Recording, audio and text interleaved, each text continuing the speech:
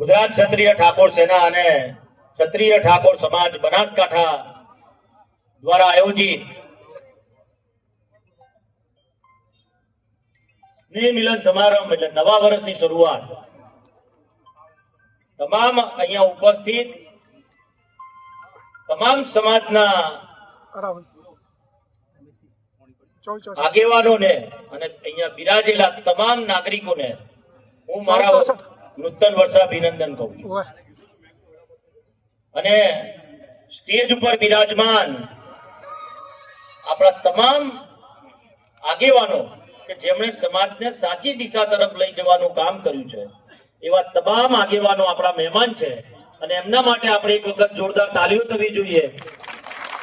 આ તાલીઓનો ગણગણાટ હોવો જોઈએ. આવી તાલી ના ચાલે. અલ્પેશ ઠાકોરનો જન્મદિવસ છે અને બે હાથ ઉપર કરીને એમને સ્વાગત કરવાને ખબર પડે કે આ અલ્પેશ ઠાકોરના જન્મદિવસ ઉપર અને આજે 7 તારીખ છે અને બનાસકાંઠાની ધરતી ઉપર મારી બેન જ્ઞાનીબેન અને અલ્પેશ ઠાકોર અહીંયા ભેગા થયા છે અને એમના માટે આપણે એક વખત જોરદાર તાલીઓ થવી જોઈએ. ફરીથી એક વખત તાલીઓ.